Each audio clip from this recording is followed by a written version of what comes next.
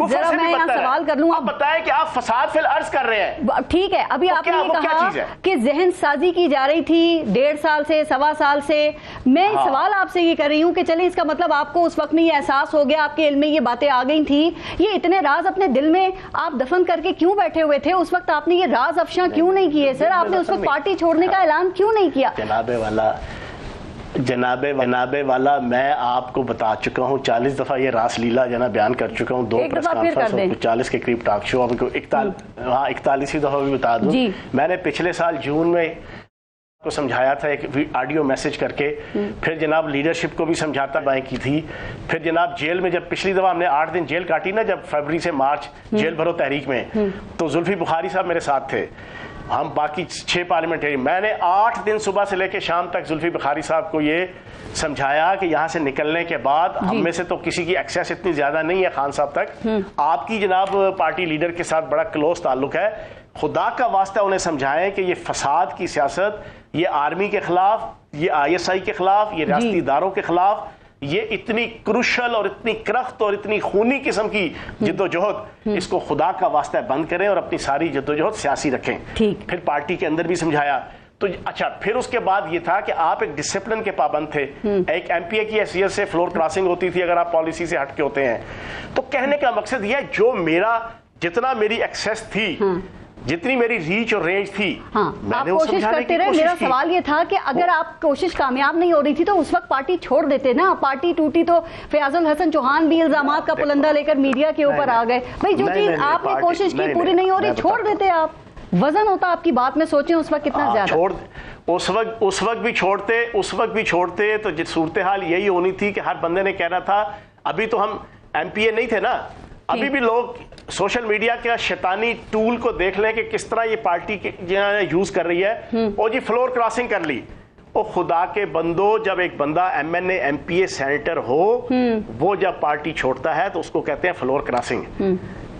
اگر وہ نہیں ہے, وہ ہر الیکشن 40 الیکشن لڑے, 40 مختلف پارٹیوں سے لڑے, اس کے اوپر کوئی فلور کراسنگ کا الزام نہیں آتا. وہ تو کہتے ہیں میں جس کو ٹکٹ دوں گا وہی جیتے گا. جو پہلے بھی جیتے تھے 2018 میں, وہ میں نے ٹکٹ دیا تھا, وہ اسی کے اوپر جیتے تھے. یا آپ کا حلقے میں آپ کا اپنا ووٹ بینک ہے اتنا فیاض الحسن چوہان صاحب کہ اس دفعہ آپ جیت جائیں گے, یا جہانگیر ترین کے نام پر ٹکٹ مل جائے؟ 2018 کا الیکشن, سونے 2018 کا الیکشن میں اچھی طرح جانتا ہوں. میری ساری فیملی فوج میں ہے جی, اور میں ذاتی طور پہ بھی بہت سی چیزیں 2018 کا الیکشن بھی اور 2013 کا الیکشن بھی جتنے جیتے تھے, وہ ساری کی ساری اسٹیبلشمنٹ کی جناب پوری کی پوری توجہ, لک آفٹر, اور ان کی جناب بیکنگ کی وجہ سے جناب آپ کو بھی اسٹیبلشمنٹ نے جتوایا. اب جب آپ نے میری بات پوری سن لینا.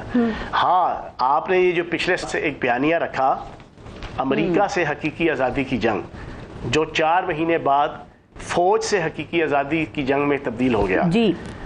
اس بیانیے کے اندر آپ نے پہلے امریکہ کا نام لے کے کیا, لوگوں نے آپ کے دلوں کے اندر آپ کو بسایا, ہم نے بھی بسایا.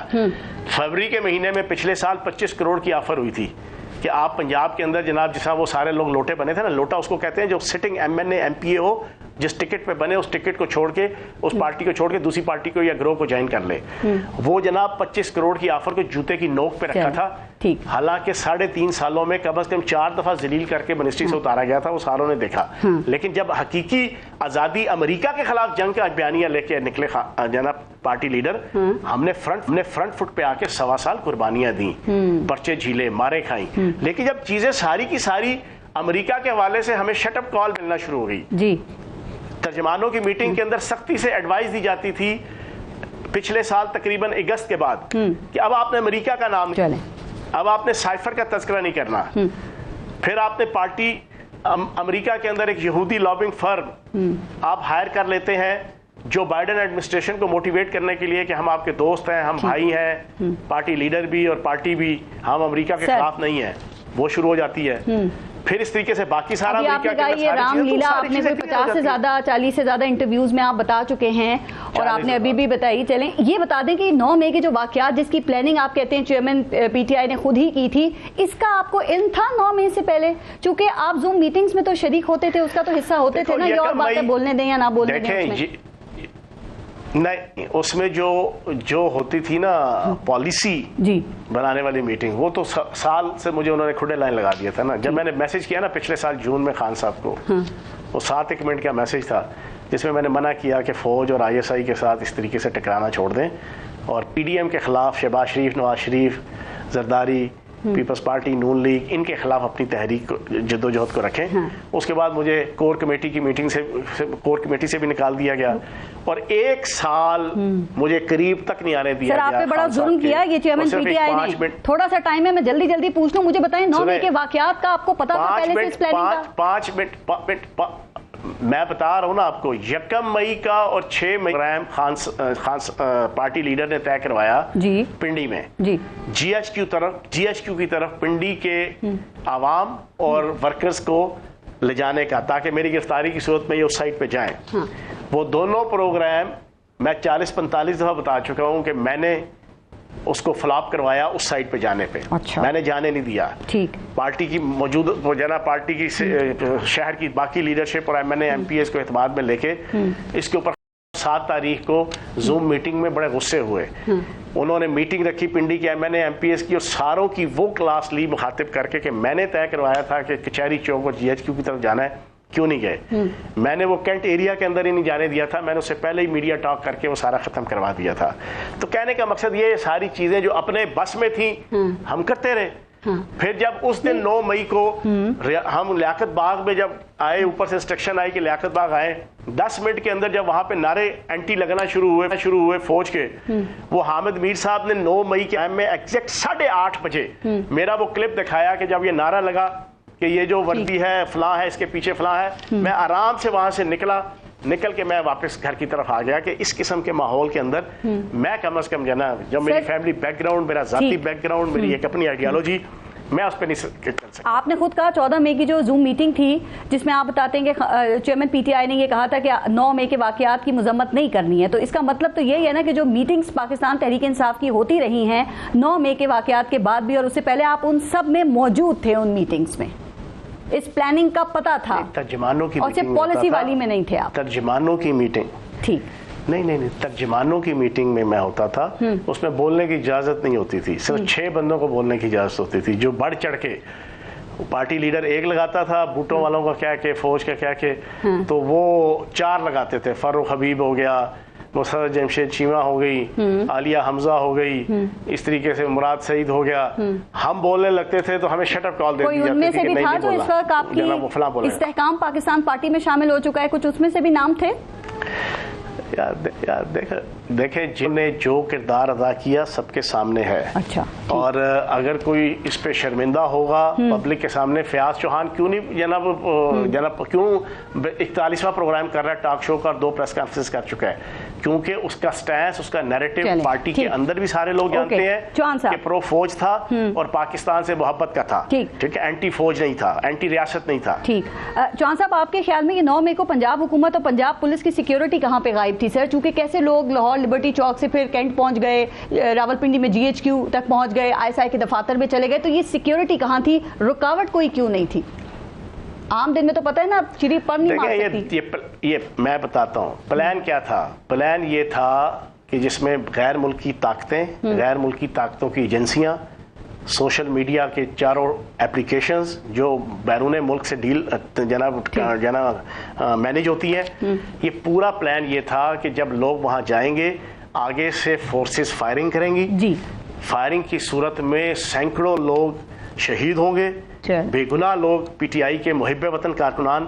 اس کی بنیاد پہ مزید پولرائزیشن اور مزید نفرت اور مزید ایک بظاہراً انقلاب کا ایک ماحول.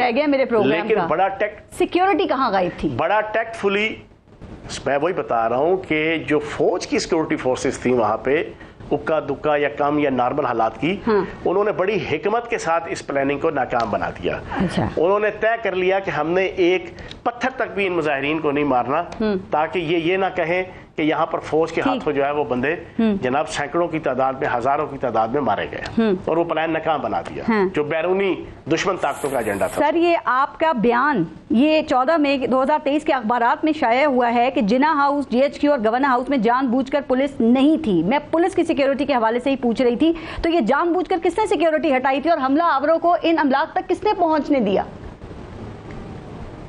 دیکھیں اس وقت یہ پارٹی لیڈر کی طرف سے یہ ساری پالیسی آئی تھی کہ آپ نے یہ بیان چلانے ہیں, آپ نے یہ ڈیفینڈ کرنا ہے. اور 14 مئی کی جو زوم میٹنگ تھی ترجمانوں کی, اس میں میں نے ایک چیز اور رکھی تھی. ایک تو یہ تھا کہ جناب آپ نے کوئی جناب ٹھیک بیک فٹ پہ نہیں جانا, معذرت خانہ ایٹیچیوڈ نہیں رکھنا, معذرت نہیں کرنی. دوسرا یہ کہا گیا تھا مولانا فضل الرحمان کے مدرسوں کے باہر مظاہرے شروع کرو. آپ اپنے ذہن سے سوچتے سمجھتے نہیں تھے, مطلب جو آپ کو فیڈ کر دیا آپ نے وہی عوام کو بتی کے پیچھے لگا دیا. سر آپ سنسیئر ہیں اس عوام کے ساتھ سر, مطلب جو لیڈر کا ہے وہ سیاہ کا ہے سفید کا, آپ کہتے ہیں ٹھیک ہے. سر آپ کیسے عوامی لیڈرز ہیں؟ جی بالکل ٹھیک ہے, آپ نے بالکل ٹھیک کہا. یہ آپ کر دی جذباتی طریقے سے. پاکستان کا پولیٹیکل سسٹم یہی ہے, پاکستان کا یہی پولیٹیکل سسٹم ہے. جب آپ پارٹی لیڈر کے خلاف کھڑے ہو کے کوئی بات کریں گے تو پھر سوشل میڈیا کے اندر اور پارٹی کی عوام کی طرف سے وہ ٹرولنگ ہوگی کہ یار آپ کیا بات کر رہے ہیں. میں نے پہلے دن سے کہا کہ میں نے, ایک منٹ سنیں, میں نے پہلے دن سے ایک بات کہی پارس, کہ میں نے پارٹی لیڈر کی ذات, خاندان, اس کا اخلاق, اس کی خانگی زندگی, اس کا کریکٹر میں نے نہیں کرنی. حالانکہ میں وہ جانتا ہوں جو ریحام خان بھی نہیں جانتی تھی, میں وہ جانتا ہوں, لیکن میں نے نہیں کرنی. ٹھیک کیوں کہ میں نے ان چیزوں کے اوپر بولنا ہے جس پہ میری دھرتی ماں پاکستان کو نقصان ہوا ہے. میں ان چیزوں کے اوپر بولوں گا بس. ٹھیک ہے, میں نے تو جذبات میں سوال کیا, آپ لوگ لیڈرز کے باتوں میں آ کے جذبات میں عوام کے ساتھ یہ سب نہ کریں نا سر. آپ کے ووٹرز ہیں, یہ آپ کو ووٹ دیتے ہیں, یہ کیا سوچیں گے؟ ہم نے ایک سال ہر زوم میٹنگ میں, یہ بھی سن لیں پارس, میں نے ایک سال ہر زوم میٹنگ میں ہاتھ کھڑے کر کے بار بار کوشش کی کہ میں ان کو سمجھاؤں, کیونکہ باقی تو میٹنگ میں مجھے بلا نہ کور کمیٹی کی, نہ کور گروپ کی, نہ کسی اور, لیکن وہ بولنے نہیں دیتے. ٹھیک, چوہان صاحب آخری سوال. اب یہ کہا جا رہا ہے کہ جو چیئرمین پی ٹی آئی ہیں ان کا آرمی ایکٹ کے تحت ان کا مقدمہ چلنا چاہیے یہ ملٹری کورٹس کے اندر. آپ سمجھتے ہیں کہ چلنا چاہیے, درست ہے, ہوگا یہ؟ پی ٹی آئی کے دور میں بندوں کے خلاف ملٹری کورٹس میں کیس چلا تھا اور 3 کو سزائے موت ہوئی تھی. جی ٹھیک ہے. اب جو آرمی کی انسٹالیشن کے اوپر کہ جو انڈین را اور انڈین فوج وہ کبھی نہیں سوچ سکی. اسرائیلی فورسز کے جو پاکستان کا ایٹمی پروگرام تباہ کرنے کے حوالے سے اور پاکستان کو تباہ کرنے کے حوالے سے کتنے بےتاب ہیں, جن جگہوں پہ وہ نہیں پہنچ سکے وہاں پر جناب پاکستان کے سب سے محب وطن پارٹی کے سب سے محب وطن کارکنوں کو استعمال کر کے وہاں پر پہنچایا گیا. میاں والی ایئر بیس پہ 4 ارب روپے کا ایک طیارہ کھڑا تھا. ٹھیک سر, پہلی دیوار توڑی گئی, پھر دوسری دیوار توڑی گئی, پھر ان طیاروں کو جلانے کے لیے بالکل قریب پہنچے چوہان صاحب, تب جا کے وہاں پہ فورسز نے ایکشن لیا. ٹھیک, تو ٹرائل ہونا چاہیے, چیزیں ہیں باقی آرمی ایکٹ کے تحت چیئرمین پی ٹی آئی کا ٹرائل ہونا چاہیے, ہوتا ہے تو درست ہوگا چونکہ اس کی بات ہو رہی ہے اس وقت میں. تو بھائی آپ نے سارے چیزیں نظر آ گئی آپ کو. ٹھیک ہے, آپ کی ہر چیز, آپ کی آڈیو ویڈیو کالز, ہر چیز آپ کی طے شدہ ہے. ٹھیک ہے. فیاض الحسن چوہان صاحب بہت بہت شکریہ سر پروگرام میں شرکت کے لیے. ایک بریک لیتے ہیں, دیکھتے رہیے گا نیوز.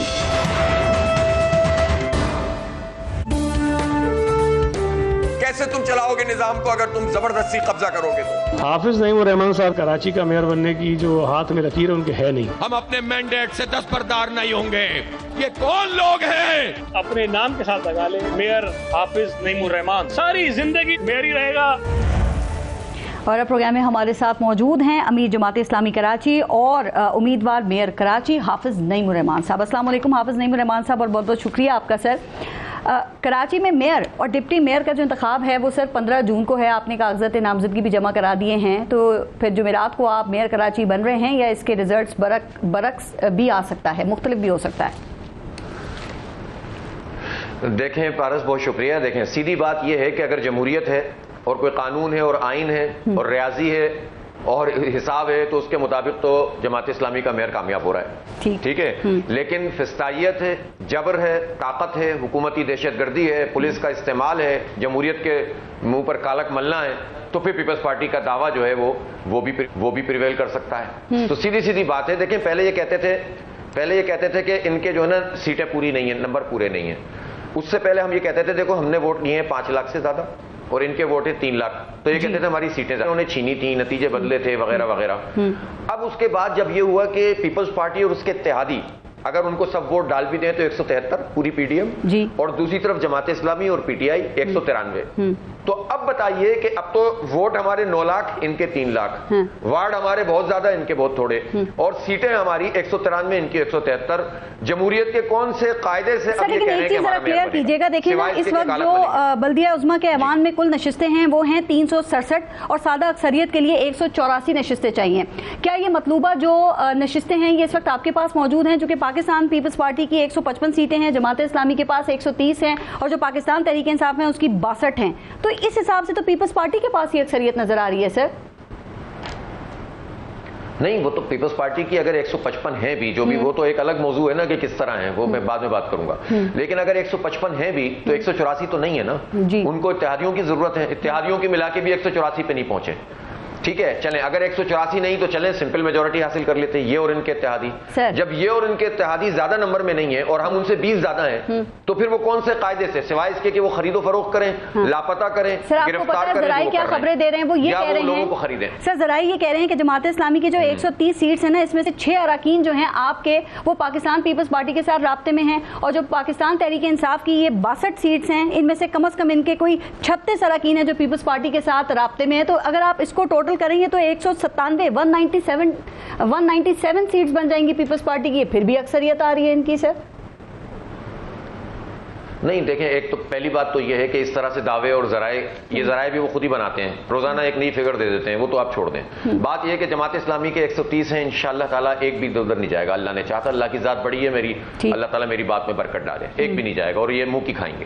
جہاں تک یہ تعلق ہے کہ پی ٹی آئی کے لوگوں کو تو ان کو خریدنے کی کوشش کر رہے ہیں. اچھا 9 مئی تو بعد میں ہوا ہے نا, یہ تو آج سے 3 مہینے پہلے کہہ رہے تھے کہ ہمیں ووٹ ڈالیں گے وہ اور وہ آئیں گے نہیں. اس کا مطلب ہے نہ آنے کا کیا مطلب ہے؟ کوئی آدمی جب اپنے کانسٹیٹوئنسی میں منتخب ہوتا ہے 4 سال اس کو کام کرنا ہوتا ہے, کیسے ممکن ہے کہ وہ میئر کے انتخاب کے لیے نہ آئے سوائے اس کے کہ اس کو خریدا جائے, سوائے اس کے کہ اس کو لاپتہ کیا جائے یا جبر کے ذریعے سے اس کو روکا جائے. تینوں صورتوں میں حکومت رسپانسبل ہے اور جمہوریت کے نام پر کالا کے اور وہ مل رہے ہیں. تو یہ تینوں چیزیں ایسی ہیں جو جمہوری نہیں ہیں. آپ جو بات کر رہے ہیں بار بار, یہ آپ نے انکشاف کیا کہ جماعت اسلامی کے 5 چیئرمین گرفتار ہو چکے ہیں. سر ان کے نام کیا ہیں اور ان کو کن الزامات پہ گرفتار کیا گیا ہے؟ نہیں جماعت اسلامی کے نہیں, پی ٹی آئی کے ہیں. اور ان میں سے ایک فردوس شمیم نقوی صاحب, ہاں جی, ان کے فردوس شمیم نقوی صاحب ہیں, ایک امجد ہیں, ایک مصطفیٰ ہیں, ایک عمر دراز ہیں, مجھے تو نام بھی یاد ہیں. اور جو لاپتہ کیے گئے ہیں وہ بہت سارے ہیں. تو یہ احتجاج آپ نے پی ٹی آئی کے لیے کیا؟ احتجاج ہم نے اس لیے کیا کہ جب ہم اکثریت میں آ گئے ہیں تو ہماری اکثریت کو اقلیت میں کیوں بدل رہے ہیں. سیدھی بات ہے. اس احتجاج ہم نے اس لیے کیا کہ انسانوں کو کیوں خرید رہے ہیں, منڈی کیوں لگا رہے ہیں اور یہ جمہوریت کے منہ پہ کالا کیوں مل رہے ہیں, یہ سن 70 کی تاریخ کیوں دہرانا چاہتے ہیں کہ ملک توڑ دیا, اکثریت قبول نہیں کی, ٹھیک, مینڈیٹ قبول نہیں کیا. کیا یہ بات درست ہے؟ دوبارہ سے وہ اسی راستے پہ چل رہے ہیں. کیا یہ بات درست ہے کہ پی ٹی آئی نے میئر کے الیکشن میں جماعت اسلامی کا ساتھ دینے سے انکار کیا ہے سر؟ حالانکہ وہ چیئرمین پی ٹی آئی سے آپ کی پچھلے دنوں ملاقات بھی ہوئی تھی, انہوں نے تو اپنا کوئی میئر کے لیے کوئی کینڈیڈیٹ بھی نامزد نہیں کیا ہے سر. تو یہ درست ہے کہ وہ نہیں ساتھ دیں گے؟ انہوں نے ہماری غیر مشروط حمایت کی ہے, پی ٹی آئی چیئرمین نے بھی کی ہے, ان کے یہاں کی جتنی لیڈرشپ ہے اس نے بھی کی ہے اور بار بار کی ہے. اس لیے آفیشلی انہوں نے ہماری حمایت کی ہے. اب آفیشل حمایت کے بعد کوئی بھی اس کے برخلاف نہیں جا سکتا, ووٹ بھی کاؤنٹ نہیں ہوگا اور بندہ بھی ڈسکوالیفائی ہو جائے گا. تو بس یہ بات ہے صاف صاف. ٹھیک. اچھا سر, اگر فرض کریں کہ جمعرات کو آپ میئر منتخب نہیں ہوتے ہیں تو کیا نتائج کو قبول کریں گے, مسترد کر دیں گے یا اس الیکشن کو کسی عدالت میں چیلنج کریں گے؟ اول تو انشاءاللہ تعالی ہم رابطے میں بھی ہیں اور اللہ نے چاہا تو یہ ان کا خواب شرمندہ تعبیر نہیں ہوگا. لیکن اگر انہوں نے اس دھاندلی کے ذریعے سے جو بھی ہمارے نمائندے ہیں منتخب لوگ, چاہے وہ پی ٹی آئی کے ہوں چاہے وہ جماعت اسلامی کو ہوں, ہم سے رابطہ ہے ان کا. لیکن وہ الگ بات ہے کہ وہ جبر کے ذریعے سے ان کو لاپتہ کر رہے ہیں. جو لاپتہ ہو گئے ظاہر ہے ان سے رابطہ ختم ہو جاتا ہے. یا جو گرفتار ہیں, میں نے تو کل بھی ایکسس مانگا ہے, سندھ ہائی کورٹ نے ان کو پابند کیا ہے کہ ان کو پیش کیا جائے. آج بھی مراد علی شاہ 3 کہہ رہے ہیں, کل بھی 3 کہہ رہے تھے, ڈانٹ پڑی, کہا 15 منٹ میں سیدھا کرو, 4 لوگ گرفتار ہیں تو 4 کا بتاؤ. تو پھر جا کے کہا ہاں 4 گرفتار ہیں, اور آج پھر مراد علی شاہ 3 کہہ رہے تھے. تو آپ اندازہ لگائیں ان کے مائنڈ سیٹ کا. پھر جو لاپتہ ہیں ظاہر ہے وہ لاپتہ ہیں, لیکن جو لوگ لاپتہ نہیں ہیں ان سے ہمارا رابطہ ہے. دوسری بات یہ ہے ڈیفیکشن کلا کا مطلب یہ ہوتا ہے کہ ووٹ بھی کاؤنٹ نہیں ہوگا سپریم کورٹ کے فیصلے کے مطابق اور بندہ بھی ڈسکوالیفائی ہو جائے گا. اب اگر وہ نہیں آئے گا تب بھی وہ ڈسکوالیفائی ہوگا. ایسا نہیں ہے کہ وہ نہیں آئے گا تو کہہ دے گا میں تو آیا ہی نہیں. نہیں آنے کا مطلب یہ کہ پھر ظاہر ہے کہ اس نے ذمہ داری پوری نہیں کی. تو اس لیے, اور اگر انہوں نے نمبر دیکھیں نا, بات یہ نہیں ہے کہ انتخاب ہو رہا ہے اور عوام ووٹ ڈالیں گے، کتنے ڈالیں گے، کوئی جیتے گا کوئی ہارے گا، ہارنے والا شور مچائے گا، یہ مسئلہ نہیں ہے. نمبر ہم پورے کر چکے ہیں. اب نمبر پورے ہونے کے بعد وہ نمبر کم ہوتے ہیں تو رسپانسبلٹی حکومت کی ہے، تو کیوں قبول کریں گے ہم اس کو؟ سر کیا یہ تو پورے ملک میں ہم ان کا تو ناطہ بند کر دیں گے. کیا پیپلز پارٹی کی طرف سے آپ کو کوئی ایسی ڈیل کی آفر کی گئی ہے کہ آپ اپنا ڈپٹی میئر جماعت اسلامی کا بنا لیں اور میئر جو ہے وہ پاکستان پیپلز پارٹی کا رہنے دیں؟ نہیں، وہ بہت پہلے سے ہی بات کر رہے ہیں کہ آپ ہماری چیز کو اور ہمارے ساتھ ڈپٹی میئر بن جائے. میں نے ان سے ایک بات کہی کہ دیکھیں اگر آپ کو یہ بات کرنی تھی نا تو اس کے کچھ نارمز ہوتے ہیں. آپ آتے جو یوسیاں آپ نے ہماری قبضے کی ہیں بہت واضح طور پر ان یوسیوں کے اوپر بات کریں اور ان کو واپس لیں. ریکاؤنٹنگ میں جو آپ نے کھائی ہیں، آر او کے ذریعے جو نتیجے بدلیں، ہر چیز اوپن ہے، بالکل فارم 11 واضح ہیں. اگر آپ ان چیزوں سے دستبردار ہو جاتے تو نمبر ویسے ہی ہمارے زیادہ تھے، ہم میئر بنتے، آپ ڈپٹی میئر بن سکتے تھے. اس وقت ہم بات چیت کر سکتے تھے. لیکن دیکھیں نا انہوں نے تو راستے ہی بند کر دیے نا. بھائی آپ ہماری سیٹوں پہ بھی قبضہ کریں، میرے گھر پہ قبضہ کر لیں، میرے گھر پہ قبضہ کر لیں اور مجھ سے کہیں کمرہ تمہیں دے رہے ہیں، میرے اس کمرے کو قبول کیوں نہیں کر لیتے آپ؟ تو بھائی میرے گھر پہ ڈاکہ کیوں ڈال رہے ہو؟ میرا گھر تو مجھے واپس کرو پہلے، پھر بات کریں گے. حافظ نعیم الرحمان صاحب، یہ جو انہوں نے ایک ترمیمی ایکٹ پاس کیا ہے سندھ اسمبلی میں اور آپ نے اس کو سندھ ہائی کورٹ میں چیلنج کیا ہوا ہے، آپ کو لگتا ہے کہ جمعرات سے پہلے اس کا فیصلہ آ جائے گا؟ سر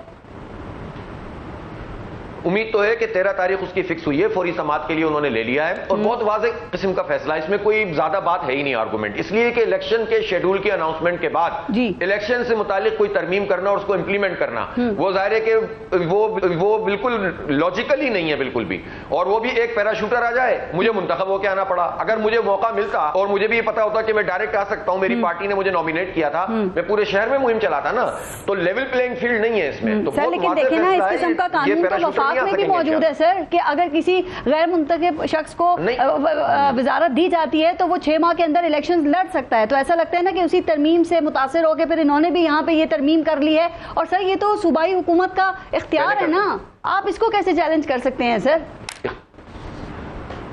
الیکشن شیڈول کی اناؤنسمنٹ کے بعد نہیں کر سکتے، پہلے کر لیتے پھر دونوں کو لیول تھی نا. وہ بھی بات اوپر سے آتے، ہم بھی آتے، اپنے اپنے پورے شہر پہ توجہ دیتے. ہمیں تو آپ نے لگا دیا یوسی پہ، پوری الیکشن میں ہم یوسی میں چلا رہے ہیں اور آپ خود پیراشوٹ سے آ رہے ہیں. تو یہ ہے اس میں مسئلہ. پہلے کر دیتے، عدالت آپ کی درخواست کو مسترد بھی تو کر سکتی ہے نا سر. دیکھیں صوبائی حکومت جو ہے اس کا کام تو ہے قانون بنانا، انہوں نے بنا لیا. یہ قانونی لحاظ سے کس طرح؟ ارے بھائی یہ قانون کے خلاف ہے کہ الیکشن شیڈول کے بعد آپ ترمیم کریں. تو اسی کو تو جبھی تو انہوں نے فوری سماعت کے لیے منظور کر لیا ہے. انشاءاللہ اس میں پورے دلائل دیں گے ہم. سر اگر ہائی کورٹ نے بھی مسترد کر دیا اس بات کو، پھر آپ کی درخواست کو پھر کیا ہوگا؟ نہیں، ایک تو یہ کہ اگر پہ تو میں ابھی ظاہر بات نہیں کر سکتا. مجھے توقع ہے کہ انشاءاللہ ہائی کورٹ اس کو سنے گا بھی، آرگومنٹ بھی کرے گا اور فیصلہ بھی کرے گا، ورنہ ہمارے پاس سپریم کورٹ ہے، اس میں کیا مسئلہ ہے. ٹھیک ہے. اچھا آخری بات یہ، دوسرا سینیریو جو آپ بات کر رہے تھے کہ ہم جیتیں گے انشاءاللہ، آپ جیت جاتے ہیں تو سر یہ بتائیے کہ 5 سال میں کراچی کے لیے کیا کریں گے، کیا ایسی تبدیلیاں لے کر آئیں گے؟ اور آپ کو لگتا ہے کہ اس کے لیے آپ کو جو گورنمنٹ ہے سندھ کی وہ فنڈز دے دے گی، آزادانہ طور پہ آپ کام کر سکیں گے؟ وسیم اختر 5 سال تک رو کے گزار دیے انہوں نے کہ میرے پاس کوئی اختیار نہیں ہے. آپ کر لیں گے اس طرح آزادی سے کام؟ دیکھیں ایک تو یہ کہ ہم رونے والے نہیں ہیں، ہم اپنے اختیار سے زیادہ کام کریں گے، باقی ان سے لیں گے انشاءاللہ. دیکھیں یہ تو الیکشن ہی نہیں کرانا چاہتے تھے، کروا دیے نا. یہ اتنا آرام سے جیتنا چاہتے تھے، ان کے راستے میں رکاوٹ ڈال دی نا. اور دوسری بات یہ کون سی بات ہے کہ ہمارا میئر ہوگا تو ہم پیسے دیں گے، ہمارا میئر نہیں ہوگا تو ہم نہیں دیں گے. اس کا تو مطلب ہے کہ آپ بیسک جمہوریت کی نفی کر رہے ہیں، آئین کی نفی کر رہے ہیں، قانون کی نفی کر رہے ہیں. اس کا تو نوٹس لینا چاہیے الیکشن کمیشن کو. یہ کیسے دعویٰ کر رہے ہیں کہ بھائی ہم پیسے نہیں دیں گے اگر ہمارا صحیح نہیں کہہ رہے. ہم نے بار بار الیکشن کمیشن سے کہا تھا کہ بھائی آپ کروائیں میئر کے الیکشن کمیشن نے نہیں کروائے. وہ کہہ رہے ہیں میں نے کئی مرتبہ الیکشن کمیشن سے اس پہ بات کی ہے. وہ اس وقت کی جب ضمنی انتخاب سے پہلے چاہتے تھے. یہ 2.5 سال سے الیکشن ملتوی کر رہے تھے. 2009 سے 2015 تک الیکشن نہیں کرایا. 4 دفعہ ملتوی کیا، وہ تو پیپلز پارٹی نے کروایا نا. ہم دھرنے دے رہے ہیں، احتجاج کر رہے ہیں، تب جا کے الیکشن ہوا. اور جب نمبر پورے کر لیے، جال سازی کی طرف چلے گئے، قبضے کر لیے، تو کہہ رہے ہیں جلدی کراؤ.